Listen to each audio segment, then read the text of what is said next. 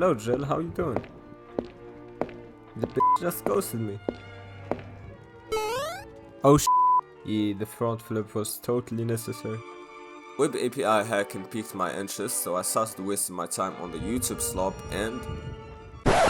Wait, before that, what is a Web API? Web API or Web Application Programming Interface is a set of rules that lets two different applications communicate over a network, and they usually do so using HTTP and HTTPS protocols. Did I hear you say something? Oh, you didn't understand shit.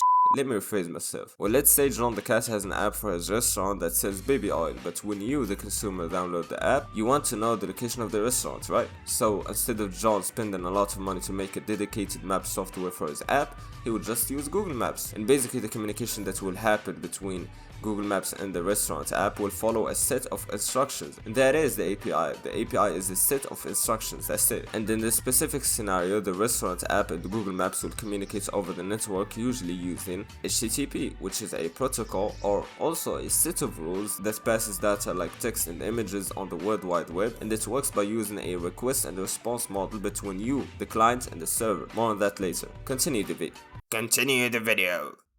Then I have found an underrated YouTube channel recommending this book about hacking APIs with the name Hacking APIs. So the first chapter talks about the underlying technology of web applications, because usually, not always, just usually, web APIs are powered by the same technology. So how a web application like Reddit or Twitter works.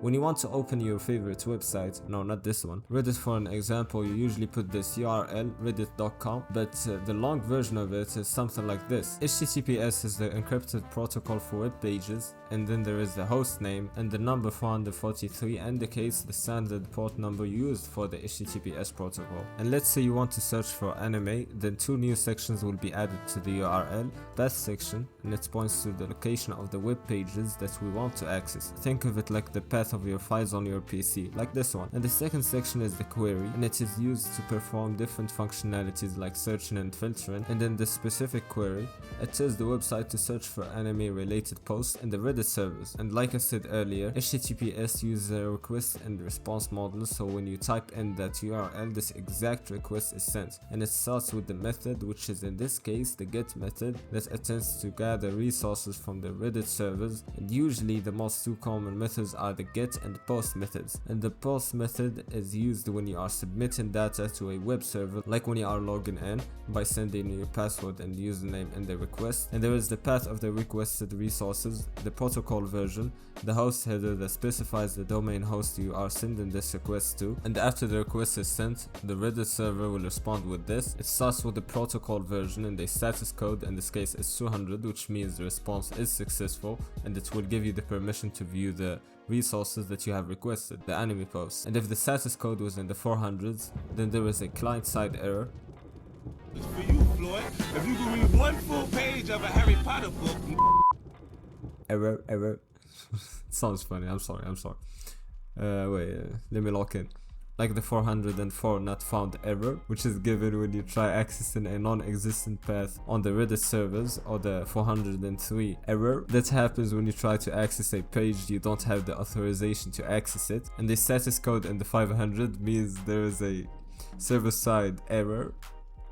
And of course there are headers in the response, like in the request. Last but not least, in the response body there is a lot of HTML code of the actual page with the anime post. So basically we talked about HTTP requests and responses because that's where I'm going to spend most of your time when hacking APIs. Most API vulnerabilities are found by inspecting and modifying requests and seeing how the server responds. And I intentionally left out some important topics like how web applications authenticate users and authorize them through cookies and tokens. Those are fundamental to API hacking, but they deserve videos of their own.